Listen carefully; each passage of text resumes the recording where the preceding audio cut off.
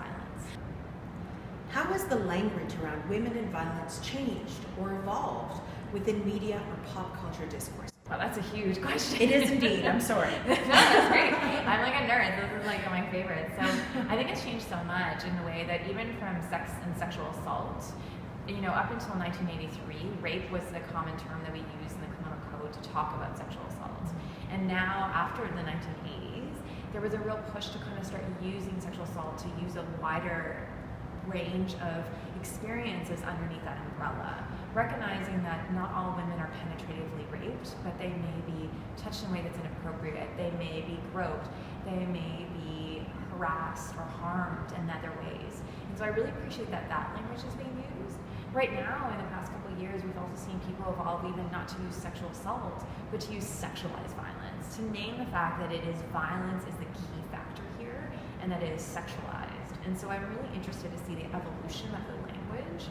What I think is important too is recognizing that it's not just women that experience this form of violence. So we're seeing more conversations to include gender non-binary people, trans folks, include men as well, especially with the Terry Crews conversation that's happening right now. Why is it important for us to use the right language? Does using the right words change culture? It does. I think using language is powerful because what you're doing is naming what's happening.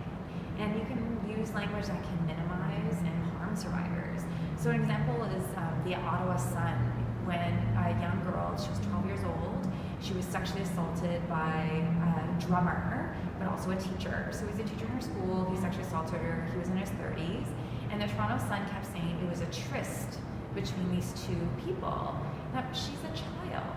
To name it as a tryst demonizes her, and also names almost like the Lolita kind of complex there.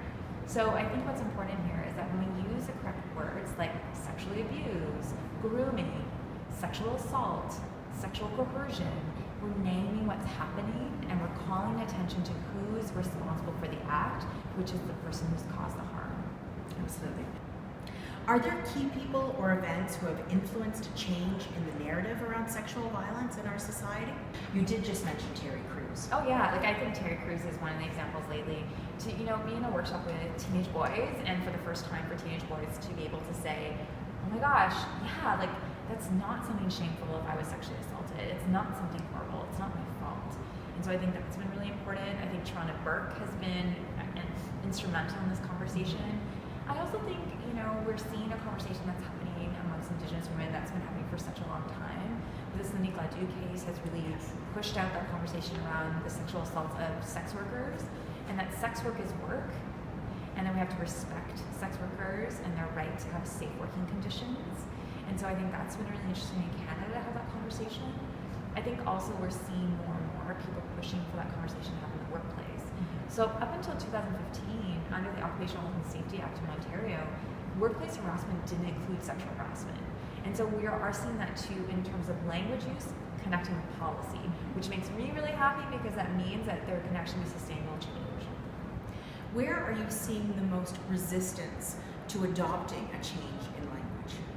Sometimes it's from people within journalism that have been taught that this is just the way it is. So using allegedly has to happen multiple times in one sentence in an article and kind of trying to talk about other ways we can have this conversation. I think sometimes there's pushback too about the idea that we're moving too much to care about survivors and not care about people that are being harmed or have caused harm. And I think that's fair. I think we need to have nuanced conversations about this. I think the Babe article about Aziz Ansari was a good example of not great journalism to talk about sexual violence and hurt all parties involved. And so I think we can keep having these conversations. I think too what we're seeing as well is a continuing, people say, are we in the backlash yet? And I'm like, we've been in the backlash. There's so many people who are so uncomfortable with this conversation that feel we've gone too far.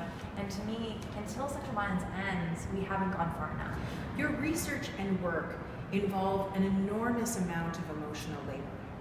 Whose work inspires you or fires you up? Yesterday I was with a group called Youth Gravity. They're a high school age group of young women and girls from Regent Park area, St. Jamestown, and they're amazing. And so whenever they invite me to any of their events, they had a walkout and rally yesterday about sex ed curriculum at Queen's Park. And for me, anytime I can go, I say yes. So I think that's the thing, is that what's the world that we're creating and who's going to inherit it, and they're inheriting it right now. And so they make me feel so joyful about this work. I think what also inspires me is the survivors that I get to work with, and also what we're seeing too is men that are kind of having this conversation. So Terry Crews really excites me because he's someone who's opening doors for men to have conversations about sexual violence.